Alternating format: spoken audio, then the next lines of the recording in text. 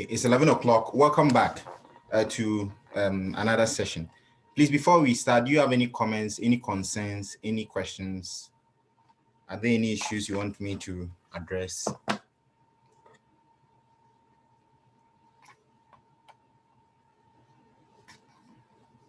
Okay, so if there are no issues, right, then let's get on to today's work. So last time we started with differentiation rules. I think we started this on Friday, right? And then we looked more at it on Monday, right? So you're continuing from where we left off. Now I'm sharing my screen. If you can't see, do let me know.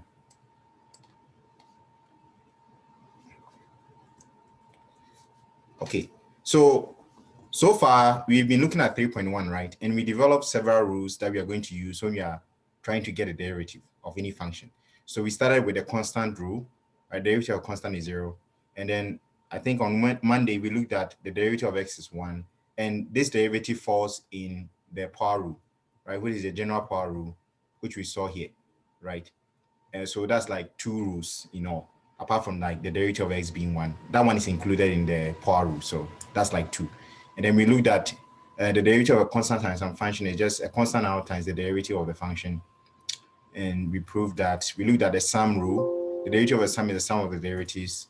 We looked at the difference rule, right? The derivative of a difference is the difference of the derivatives. And then the last thing we're looking at under this section was the exponential functions. Now we're able to show that for an exponential function, you have the base to be a constant, right? And then the power to be the variable. Now we're able to show that for an exponential function, its derivative will always be proportional to the function itself, right? So we reached this conclusion the last time, right? The fact that if f of x is b to the x, then f prime of x is what? B to the x times f prime naught, or f prime at 0, right? So we investigated the f prime at 0 when the b is 2. Right? So more like if your f of x is equal to b to the x, and then your b is 2. So in that case, you have like f of x equal to 2 to the x. Then what would the f prime of 0 be when you're trying to get a derivative under this case? Right? So we saw that for that one, this limit, if you look at the numerical technique, then you're getting something like 0.69. Now for b to the, when b is equal to 3, that means that your base is 3. So you have something like f of x equal to 3 to the x. For that case, your f prime of 0 is equal to approximately 1.1. So the question we're asking ourselves is, perhaps we can identify a number in between these two such that the f prime of 0 will be 1. Now, if that happens, then that means that the derivative will be very, very simple in a sense that in that case, in such a case, when the f prime of 0 is 1, then the derivative will just be the same function. So we said that so more like if you get for the derivative of 2 to the x, if you know that the approximation is 0.69, then we know it's proportional. So that'd be 0.69 times 2 to the x. And for 3 to the x, the derivative will just be what? F prime naught, which is approximately 1.1 times the same 3 to the x. But what we're interested in when the f prime of 0 is 1. And we said we are defining such a number to be e. So e is any number such that this limit as h approaches 0 of e to the h minus 1 all over h is equal to 1. Right? So this is the case whereby the f prime of 0 is equal to 1. So this is the f prime of 0. So that means that if you're trying to take the derivative, so if the e is the base, right? So if e is the base, that means when the e is the base, right? So e replaces the b. Then you are trying to get the derivative of d, you are doing d over dx of e to the x. Then, well, we know in general it's just going to be f prime of 0 times the same function. But then under the e case, whenever the base is e, the f prime of 0 is 1. So that gives us just 1 times e to the x. So that's e to the x. So this leads to a very important rule, right, in calculus, which is the derivative of an exponential function, like the natural base, right? So what that means is if you are looking at, we know that the derivative represents the slope of a tangent, right? So that means that for an exponential function, if you have e to the x and you're trying to get the derivative, right, then it's just the same as the y coordinate. Is this the same as the y coordinate? So suppose I give a function like f of x equal to say 0, 1, and I say, sorry, f of x equal to e to the x, and then I need the slope of the tangent at 0, 1. Then your derivative at that point is just the y coordinate, right? So that's one conclusion you can make from here, right? So as you can see, if you have e to the x here, so this is the function y equal to e to the x, as you can see, this is y equal to e to the x. Now for e to the x, you can see that the slope at 0 is 1, And then the point at 0 on the e to the s is also 0, 1. So what I'm saying is this one is the same as the slope of the tangent, right? Now the slope at this point, at any point, so s comma e to the s is just what? The slope of the tangent is just the same as the y coordinate, e to the x, right? And this graph is just illustrating that e to the s lies in between 3 to the x and 2 to the x. Please, any questions on this? Okay, but the takeaway is this. As I said, I'm not going to ask you to prove anything, but this is the most important takeaway. The derivative d over ds of e to the s is just e to the s. It's the same function, right? And that's all. Please, any questions here? Okay. Anybody needs time here? Okay. Now, with the technique we've learned, let's try and get this. Okay, I think I see something in the chat. Oh, 1 second. Okay, sure.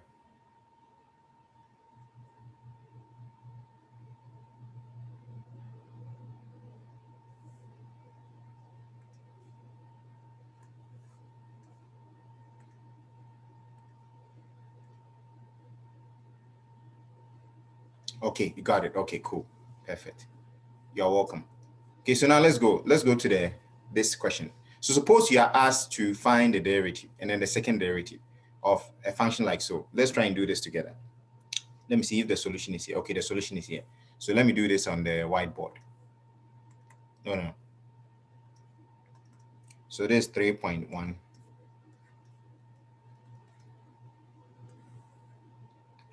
This example 8 on slides. Okay, so for this one, we have f of x equal to e to the x minus x. And you have to find f prime and f prime prime. Now, guys, I'll ask you to help me with the f prime prime. So please be prepared for that. So let's try and get f prime.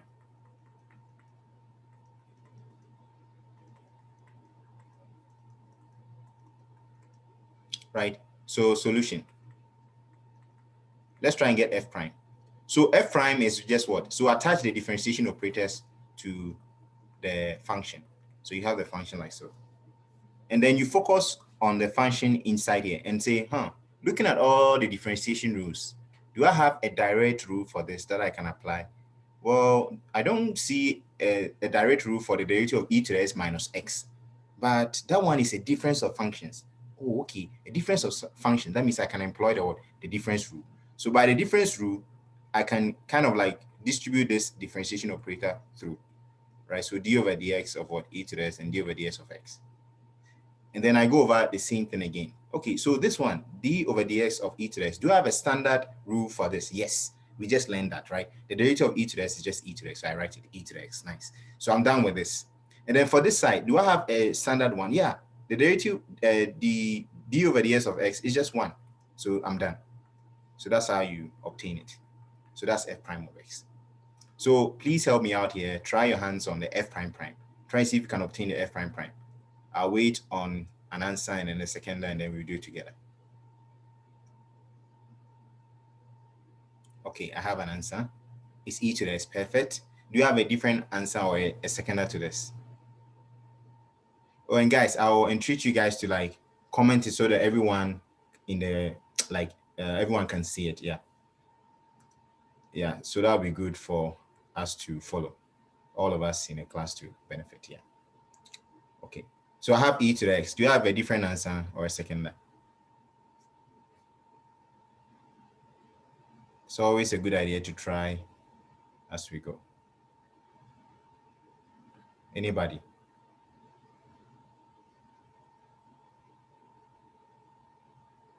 Okay, now let's do this together. Now we need f prime prime, right, of x. Now, as you can see, f prime prime is just the derivative of what? Of f prime, right? So we are just going to do d over dx of what is f prime? We just obtain f prime here. So that's just going to be e to the x minus 1. And then we do this derivative. So the question is, do you have a standard derivative for e to the x minus 1? We don't see any standard one, but this is a difference of functions. So I can employ the difference rule. So that's d over dx of e to the x minus d over dx of what? Of 1. But then the derivative of e to the x is just e to the x. So we just write that. The derivative of x is what? The derivative of 1 is what? Is 0. So that means we are left with e to the x. So that's perfect. That's correct. Thank you. Yeah. Please, any questions here? Okay. I hope you understand. Is there any step you don't get that you want me to go over? Okay. Anybody needs time still on this slide? Okay. Then let's go to the board, the PowerPoint. Okay, so this is just giving us notes here, right? So just what we did, it's just illustrating what we did, right? So first, you attach the differentiation operator to the function. You see that you can employ the difference rule, and then you take the derivative of each if they are standard differentiation rules. Then you get your answer. If you want the second derivative, you attach the derivative to the first derivative, and then you attach the differentiation operator to the first derivative, and then here to use difference rule, and then use the standard rules to get e to the x, and that's it. Yeah, that's all. Okay. So now let me move on to the next slide. 3.2. Okay, so now we are still generating differentiation rules. And as I told you the last time, please start memorizing these rules as soon as you can, right? Try and memorize them. Okay, so now, because on the exam, you're not going to have like a formula sheet. You're not going to be allowed formula sheet, right? And that's from the department. That's not my idea, right? So you're not allowed formula sheets on the exam. Okay, so now let's look at another set of rules. So you're moving on to the product and quotient rules. So what are these? Well, their names are directly as they mean. Now for the product rule, we are going to consider a product of functions, right? We just saw a rule for a difference of functions and a rule for a sum of functions. But the question is, if you have a product of functions, then how do you obtain the rule, right? So that's the product rule. So what we are saying is, whenever you're trying to find the derivative of a product of functions, so f of x times g of x, then it's always going to be like this. First, leave the first function alone untouched, right? So this is a product of two functions. So leave the first function alone untouched, right? Don't differentiate it. So just repeat it there. And multiply that with the derivative of the second function. So that's d over dx of what? G of x. And then plus, now switch roles. Leave the second function alone, multiply by the derivative of the first one. You see, so that's the product rule. Now, don't forget that addition is commutative. A plus B is equal to B plus A. So that means for this one too, it doesn't matter. I can start with leave the g of s alone, multiply by the derivative of f of s, plus what? Leave f of s alone, multiply with the derivative of g of x. It's still the same thing, right? Now, in fact, this thing extends to even more than 2 levels. So if you have like a product of 3 functions like so, at every point in time, you differentiate one, multiply by the rest untouched, and then you have to go through that level, the same process for all till all the functions have been differentiated. So if I'm doing like 3 levels, I'll differentiate the first. So let's say I'll differentiate f prime, leave the other ones alone, plus, and then I'll differentiate the other one, right? So I'll leave the others, differentiate the second one, plus, and then this time around, I'll leave the first 2 and differentiate what? The last one. So that's how it works. So at every step, you apply, you differentiate one, leave the others, all multiply together and keep summing till you've exhausted all the respective functions which are multiplying. Please, are you okay? Yeah, so that's the product rule. Okay, so now let's look at the proof of the product rule. So suppose I let my function f of x be equal to the product of functions. So say f of x times g of x. Why is that? Why is this true? Right, so let's see. So we are going to use the formula, right? The differentiation, the definition of a derivative. So that's the limit as h approaches 0 of what? In this case, it's uppercase f.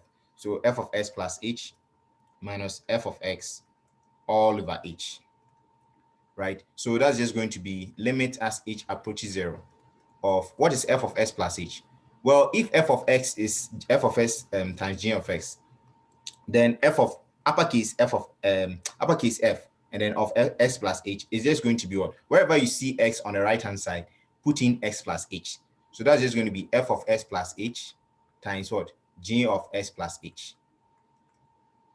Right. So that means for this one, we just have f of s plus h and then times g of s plus h and then minus what? F of uppercase f of x, and that's f of s g of x.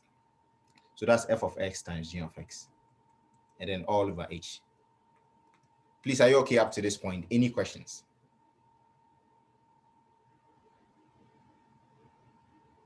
Okay. Now at this stage, you are going to use a trick here, right? So what I'm going to do is I'm going to create and destroy some particular expression. So suppose I create, let's say, let me create this thing here. So suppose I create, say, minus, say, g of x plus h times f of x. I can create this. But then if I create this, I have to destroy it, right? So g of s plus h times f of x. I've not done anything, right, to the expression, and then minus f of s g of x. I've not done anything to the expression because I created and then I destroyed. Right? Create and destroy. This thing will cancel itself out and you go to 0, right? So nothing done, no harm done. Now, why am I doing this? Well, what's the motivation? Well, let's look at what's going to happen. So we have limit as h approaches 0. Now for this side, I can group these two terms and then also group the last two, right? Now, if I group the first two terms, then I can see that there's a common factor of g of s plus h and then g of s plus h. So I can factor that out and get g of s plus h.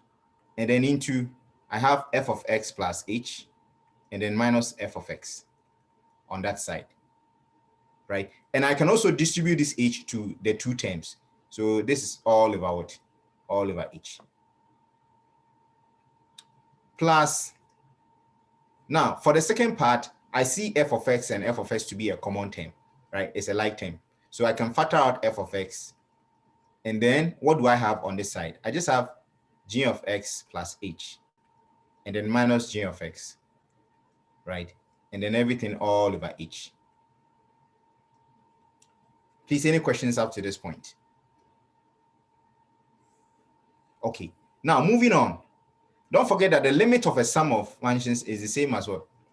The sum of the limits. So that means I can have limit as h approaches 0 of what? G of s plus h, and then times what? Let me put this in parentheses. So s plus f of s plus h minus f of x all over h. And then plus what? The limit as h approaches 0 of f of x, and then you have g of s plus h minus g of x all over h. Please, any questions up to this point?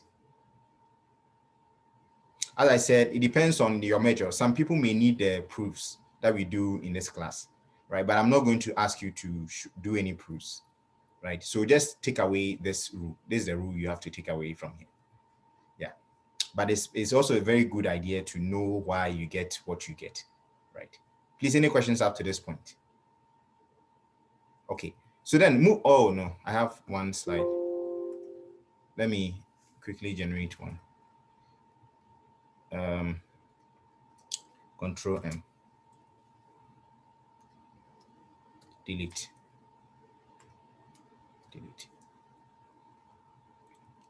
Okay, so I'm back, right? So moving on, that means f prime of x will just be what? So for this side, don't forget that I can also group these as two functions here. So I have g of s plus h, and then this f of s plus h minus f of s all over h.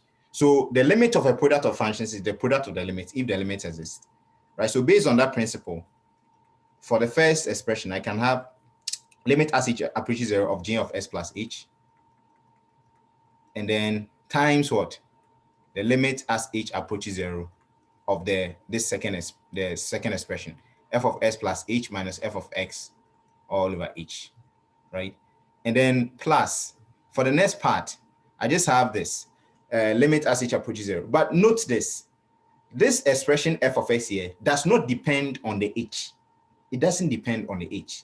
So when you're taking the limit, it's as if it's a constant, right? And what do we do with a limit of a constant and some expression which depends on what? The variable? Well, we can pull out the constant. So that means for that part, we can just pull out f of x, and then we are left with limit as h approaches 0 of what? The g of x plus h, and then minus g of x all over h. See? Yeah. And then at this point, now as the h approaches 0, for this expression, it's just going to be, you are plugging in 0, right? Assuming that g of x is a continuous at that point. So that means we get g of x. Because you plug in 0 for this one, you get g of x. Now, what is this term, this second piece? It's just f prime of x. So that means g of x times what? F prime of x. And then what's this last piece? Well, we have f of x. And then what's the second piece? It's just j prime.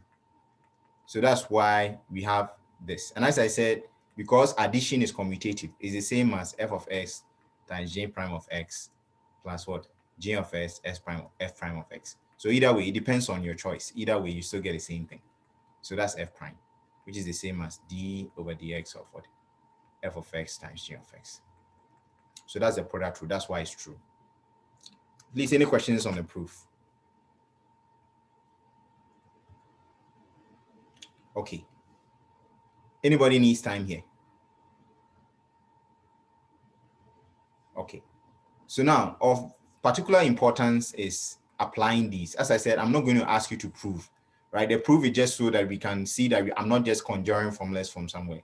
Everything adds up and it makes sense from what you've learned, right? So yeah, the main idea is to apply, right? Be able to apply. And that's what you're going to do on the next slide.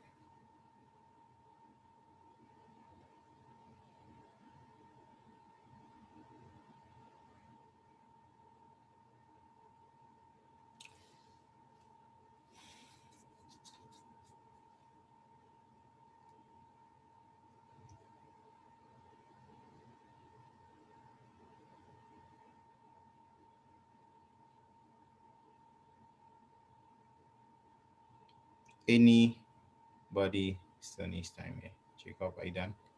So one other thing is, if it's going to take some time, right, then please leave it because, oh, you're good. If it's going to take some time, do leave it because I always post everything, like the slides, you see the proofs and everything. Yeah. So if it's going to take time, then yeah. Okay, so now example 1. Let's look at this, right? So for this one, let me do this on the whiteboard since the solution is on there. So this 3.2. You're looking at example 1. So for this one, A, we have f of x equal to x e to the x, and you're asked to find f prime. Okay, so the solution. So for f prime, we just write it as this, and that's just going to be d over dx, and then x times e to the x, right? So let's look at this expression we have here and think about the rules. Do you have a standard rule for s e to the x? No, I have one for e to the x and I have one for x, but I don't have any for s e to the x multiplied together. Oh, multiply together. It's a product. Nice. So that means that we can use the product rule. So I have to identify the two functions, right? So I can group it as x and e to the x. So by the product rule, what should I do? By the product rule, leave the first function alone, differentiate the other one, plus leave the other one alone, differentiate the first one, right? So like so. Please, are you okay on this? Any questions? And then next, what's the derivative of e to the x? It's just e to the x. That one is standard. We have it. And then plus e to the x. What's the derivative of x? It's just 1 times 1. So what's your final answer? It's just x times e to the x plus e to the x. Or you can simplify this as e to the x, s plus 1. You can factor this as e to the x, s plus 1. And that's your final answer. Right. Okay.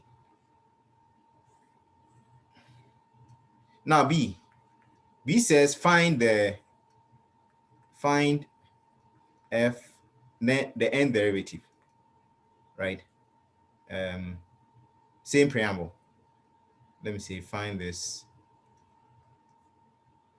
if f of x equal to s e to the x, right? So now we just got the first derivative to be equal to e to the x and s plus 1.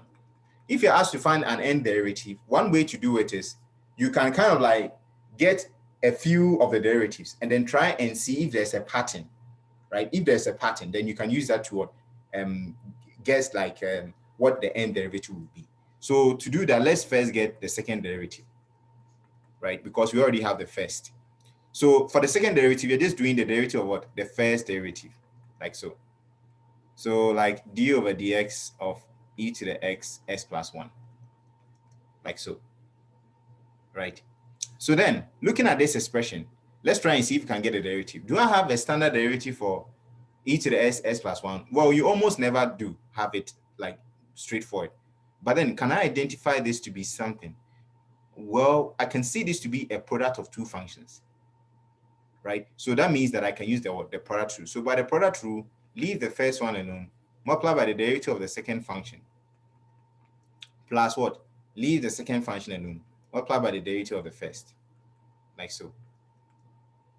And then you look at where the differentiation operators are attached and then deal with them, right? So we are doing d over ds of s plus 1. But for this one, you can see this to be a sum of functions. So you can employ the what? The sum rule. So by the sum rule, when you differentiate, so by the sum rule, you can differentiate them separately, like 10 by 10, right? So let's differentiate the x. When you differentiate the x, what do you get? Just get 1. And then when you differentiate 1, you get what? 0. That's a constant, right? And then plus the next one, you have s plus 1, and then e to the x. The derivative of e to the x is still e to the x, right? So that leads to a factored answer of, you can pull out e to the x, and you have e to the x 1 plus x plus 1. And then that's just going to be e to the x, and then that's s plus 2, right? And that's our answer. Okay.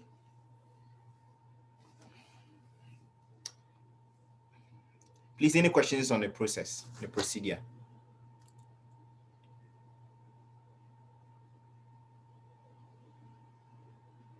Okay. Anybody needs brief time here? Okay, then let's move on. Now look at this pattern. For the first derivative, you got e to the x s plus 1. For the second derivative, you got e to the x s plus 2. So can anyone guess? You can do it for the third derivative too. But that one, you should try it, right? When you do the third derivative, you're going to get e to the s plus 3. So when you go on, what do you think the nth derivative will be? Can anyone help me with this? Can anyone please help me with this? What do you think? What's the nth derivative?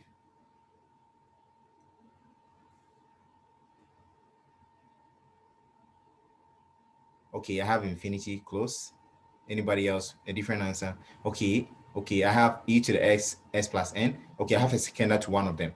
Thank you. Perfect. Thank you. So looking at the pattern, right? The first one is e to the x. The first derivative e to the s plus 1. The second one is e to the x s plus 2. So the e to the s and the x are always there, right? But it's just the second term inside the parenthesis that's changing. It's 1 when the derivative is 1. It's 2 when the derivative is 2. So you can see that the pattern is that when you're looking at the n derivative, then just e to the x and then s plus n. That's all.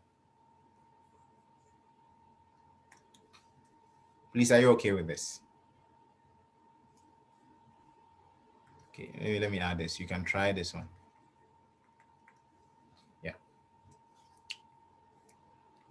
Anybody needs time on this? A brief time, that is. Okay, then let me go back to the PowerPoint. So this is just going to give us the notes, right? So you differentiate, you see that this is a product of functions. So by the product rule you employ, and then you get them, right? Now, one thing is, I must mention that the rules are very key. If you don't know the rules, you are stuck, because with most of these functions, you can even use the definition of a derivative to get them easily, right? So the rules are very, very important. So please start memorizing them as soon as you can, right? So we try and get a second derivative, and we see that that's also e to the x and the s plus 2. So you can see that the nth derivative is s plus n times e to the x. Okay, so now let's do another example here. Let me see if, okay, this has no solution here. So let me work it on the board, on the PowerPoint. So for this one, we are given a function f of x equal to square root of s times g of x, and we have to find f prime of x, f prime of 4. So what is f prime of 4? Well, let me first wait. To get f prime of 4, let me first get f prime. Let me get f prime of x, right? Let me get f prime of x. After I get f prime of x, I can just evaluate this as at 4, and then that'll give me f prime of 4. So what is f prime of x? Well, for f prime of x, let me partition this. I'm going to do d over dx of what? F, right? It's just d over dx of f of x. So what is that? That's just d over dx of what? Square root of x, and then times g of x, right? So now let's focus on the function here, the expression here, square root of x times g of x. Well, for square root of x, I can rewrite that as what? X to the power 1 over 2 times g of x, right? And then when I get to this point, I think of the rules. Do I have a standard rule to get square s to the 1 over 2 times some function? Well, the fact that I said times some function should tell me that I'm going to use the product rule, right? So by the product rule, you group them, right? Two functions. So leave the first one, multiply by the derivative of the second, right? G of x plus what? Leave the second function, multiply by the derivative of the first, right? And then when you get to this point, the d over ds of g of x is just d prime of x, right? You can also write it like this, as we saw this from the notations. And then for this part, however, s to the power 1 over 2, that one is the what? Is the power rule. So by the power rule, bring 1/2 in front, subtract 1 from the power, like so. Right? So we are basically done, right? Our f prime of x is equal to s to the 1/2 g prime of x plus, and then we have 1 over 2 g of x, and then s to the negative 1/2. Now we have the expression, so we can just evaluate this at 4, and then we have f prime of 4. So f prime of 4 will just be equal to what?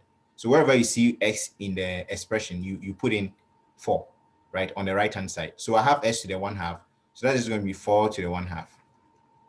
And then I have g prime of what? Of x. What is x? It's just 4. Plus what? 1 over 2 g of x. What's g of x? It's just g of 4. And then x to the negative half. So that's just 4 to the negative half. Please, I hope you're okay so far. Any questions? Do let me know if there's any part you don't understand. I'll be happy to explain it again. Okay.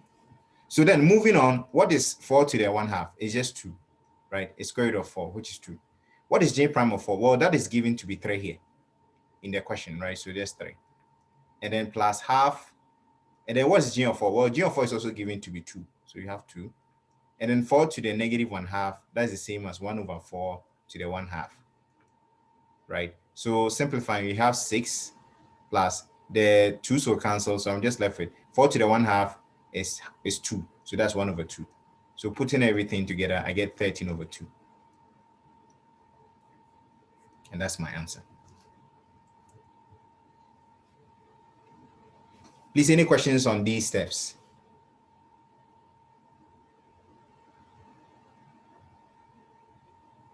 Okay.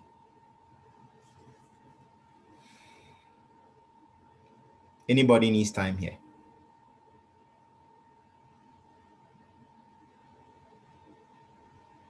Okay.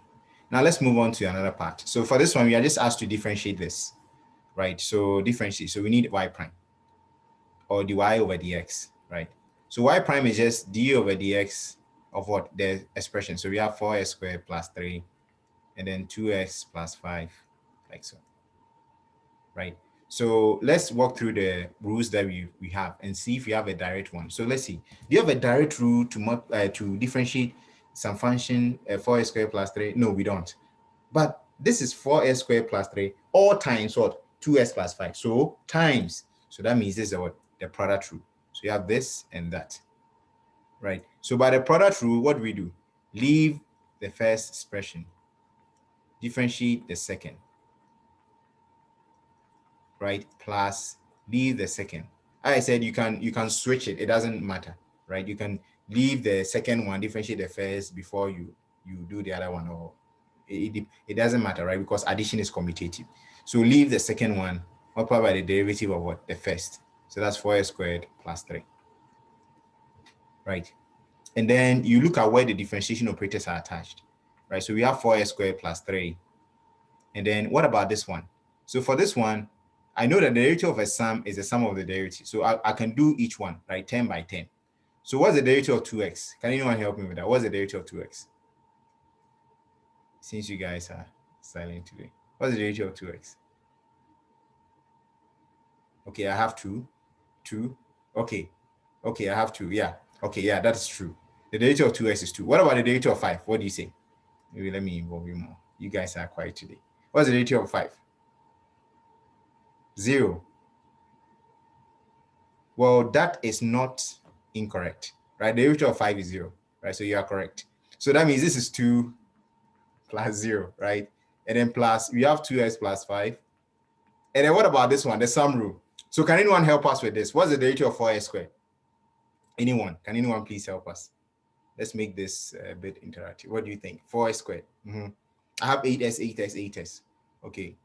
Yeah, that is true. Thank you. So for that one, we first ignore the 4, right? By the constant multiple rule, differentiate the s squared. So that's just 2x. So that's 4 times 2x, right? Which is 8x, which is what you gave me. And the derivative of 3, you've already talked about the derivative of a constant. So that's also 0. So let me write that one. So after the differentiation operators disappear, in fact, you are done, right? You can just put this thing in WebAssign, it will accept it. If you give it to me on an exam, I also accept it, right? So for this one, you can simplify further if you want, or you can leave your answer like this.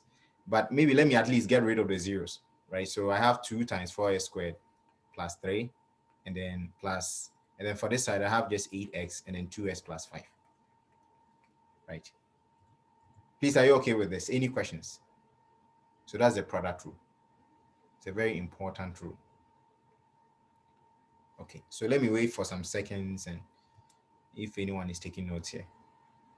But as I said, don't forget, I always post everything.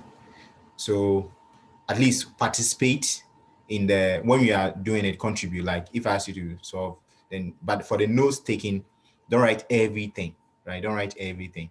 Leave some of them for later. You see them there posted. Yeah. Please, any questions here? Anybody needs time? Okay. So now let's move on. So that's the product rule, right? Now let's move on to a quotient rule.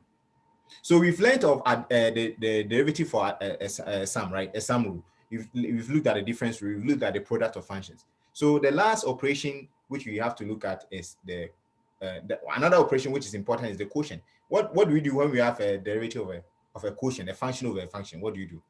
Well, it turns out that this one also has some very cool rule, right, that we can get for the quotient. So if you have d over ds of a quotient of functions, so say the numerator function is f of s and the denominator is g of s, then the quotient rule says just differentiate, leave the denominator function, differentiate the numerator function, minus switch rows. This time around, leave the numerator function and differentiate the denominator function all over denominator function squared. Now there is a mnemonic that people use, which is, I think, is quite fun. It's very memorable. What they say is this: the derivative, the quotient rule is just low d high minus high. No, it's just high. Like they do. Let me do this. I can't erase here, so let me do this. Draw eraser. Yeah, they do it like this, so that it's kind of like cool. You can easily remember. Okay, so now it's a low d high minus high d low all over the square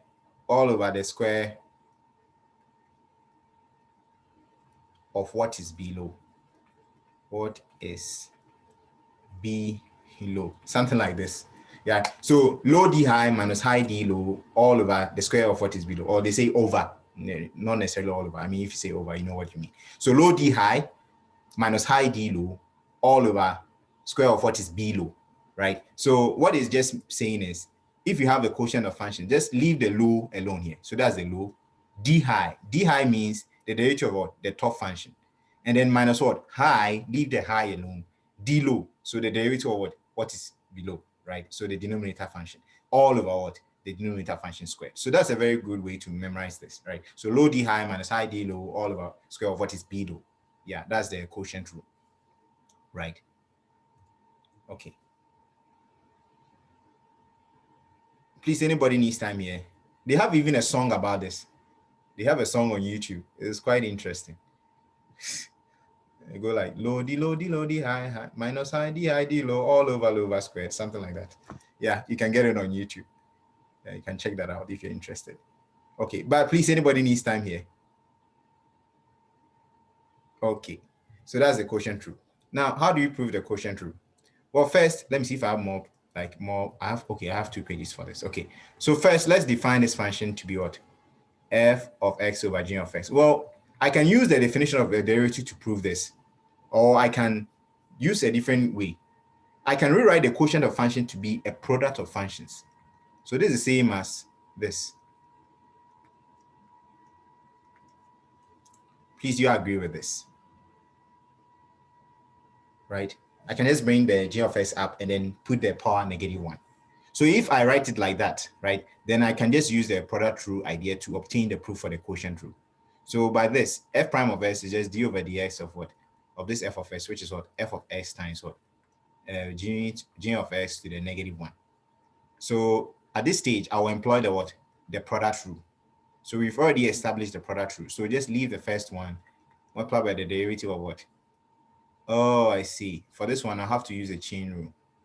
Okay. For this proof, I have to use a chain rule. Okay, I see. Okay. The chain rule we've not yet talked about. So let me use, I can use that proof. It's mixed with the chain rule. But there are several ways to get over this. I mean, there are several proofs you can do. So let's do from first principles. I wanted to use that one so that it's faster. So from first principles, we can do it like this minus this, right? All over h. So ignore this one. I'll erase it when I'm done. So we can just do it like this, right? So what is this? Well, this is just the limit as h approaches 0. What is f of s plus h? Well, if f of s is f of x over g of x, then it's just going to be what? F of s plus h over g of x plus h, like so. And then minus f of x over g of x, like so. And then all over h, right? So when you get to this point, what you can do is you're trying to take this limit, right? But then for this limit, I mean, obviously you get type 0 over 0. So what you can start here is you can get an LCD, right? So the LCD to this is going to be what? G of x plus h times what? G of x, right? So that means f prime of x is just going to be what? Limit as h approaches 0. And then what you're going to do is you're going to multiply both the numerator and then the denominator by this, right? So this, and then f of s plus h over g of s plus h minus f of x all over g of x. I said I won't be asking you to prove, so I'm just going through this, but I just want to show you why you are getting what you are getting, not like just follow blindly, like so, right? Now, when you get this, you can distribute the g of s plus h through, and then you get f prime of x equal to the limit as h approaches 0. And then for this part, the g of s and the g of s plus h will cancel out. So you just have g of s times what? F of x plus h. And then for this second part, the g of s and the g of s will cancel. So you just have minus f of x times what? G of x plus h. Yeah. And then all over what? H times what? G of x plus h. And then, wait, okay, I haven't exhausted the second one. So g of x. Please, I hope you can see this. Any questions up to this point? I hope it makes sense. Okay. Now, what I'm going to do is, for this expression, right, I'll have to get off this. Let me go to the next slide. Oh yeah, I'll have to move on to the next slide. Let me know if you need more time. Yeah.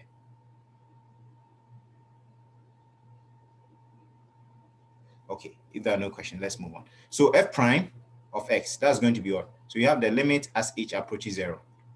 And then g of x and this. So let's see. So for this first for this first one, what I can do is, I have this g of x and then f of x. So what I can do is I can create and destroy again. So no common terms, but I can create and destroy. So what I'm going to do is I'm going to create g of x and then g of x and f of s plus h. Okay, so f of s, g of s. Okay, so let's try g of x, f of s plus h, and then minus what do you have? G of x again, wait, if I have g of x, f of x, yeah, so g of x and then f of x plus h, and then that's going to be the same. So g of x and then f of x. Let me try this and see. And then plus g of x, f of x. Then the other part is just a combination of f of x and g of x, g of x plus h, right? So all over what? All over h times g of x plus h, g of x. Yeah. Okay. So I have this, right? What I've not changed anything. I just created the g of x, f of x, and then I canceled it out, right? So these will reduce, create and destroy. Now at this point, what I can do is similar to what I did for the product rule. Let me group two terms here. So I'll group these two, and I'll group these last two. But even before I do that, what I can do is, because I can rewrite this expression as limit as h approaches 0 of g of x, f of x plus h minus g of x, f of x, and then plus, what do I have? Yeah, and then I have plus g of x, f of x, minus f of x, g of x plus h, all over, I can write this as all over h, and then times 1 over g of x plus h times g of x, like so. But then the limit of a product of functions is the product of the limit. So this is the same as f prime of s equal to the limit as h approaches 0. Maybe after you learn the chain rule, you can use the technique I was trying earlier on, right?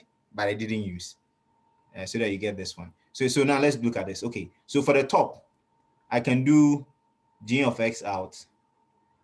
And then what do I have? I have f of s plus h minus f of x, and then share this denominator across. So something like this for the first part. And then for the second part, I can factor out negative f of x. So let me erase, erase the first one, what I didn't use. F of x. And then when you come here, erase, what do you have? Yeah, plus. Erase the plus. Okay, so we are back in business. Okay, so now for this side, right? For this second part, for the second piece, I can factor out f of x, negative f of x. So I have negative f of x, and then what do I have left in there? I'll have g of s plus h minus g of x, right? Like so. And then all over, because I'm sharing the h across, all over h, like so. But then, since I'm multiplying by this, and the limit of a product of functions is the product of the limits, is the same as this times, and then the limit as h approaches 0 of 1 over g of x plus h, and then g of x. Yeah, I know, it's a bit complicated. Yeah, so like so. Limit as h approaches 0. Now for this side, right, because, I have to keep this part. Give me a sec. Shift 5. Yeah, so for this side, I hope I still have some minutes. Okay, just about under 2 minutes. So for this side, right, notice that we are taking the limit as you approach, h approaches 0. So this g of s does not depend on the h, so you can just leave that one out. Now, if you leave that one out, then you have limit as h approaches 0 of f of s plus h minus f of s all over h. And what's that? That's just f prime of x. Minus for this side, you just have f of x out here, right? The limit as h approaches 0 of that is just f of x. And then the limit as h approaches 0 of g of s plus h minus g of s all over h, that's just g prime, right? And all of this times, what about this piece? For this side, the limit as h approaches 0 is you just evaluate the g of s as 0. Plug in 0. So what do you get? You get 1 over g of x all squared. And that gives you the quotient rule. So low, the g of s function, d high minus high, d low, all over what is b low squared. I always use the product rule to obtain this rule. So this is actually the first time I'm doing a quotient rule like this. Yeah, so that's cool. Please, any questions on this? So for those who need the proofs, that's it. I know this is complicated, but just take your time and look at it. You see it all adds up. It makes sense. Okay. You probably need time. Do you still need time on this, or you're not interested in writing these down? You can just go to the one example if you're not interested. Oh, it's 50. It's 50. Okay, so let's save the example for another day. Okay, so let's see where I am. So I'll look at this example 4, on Friday. Yeah, so I'll see you on Friday. Thank you for your time. All the best. If you have any questions, please feel free to send me an email, schedule an appointment or something if you don't understand anything. So that's all. Peace out. Yeah. Thank you. You're welcome. You are welcome.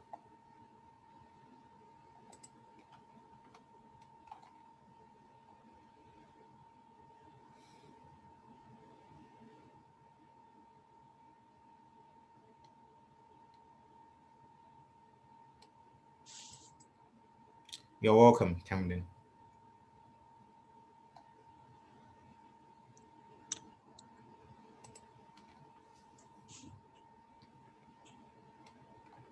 You are welcome.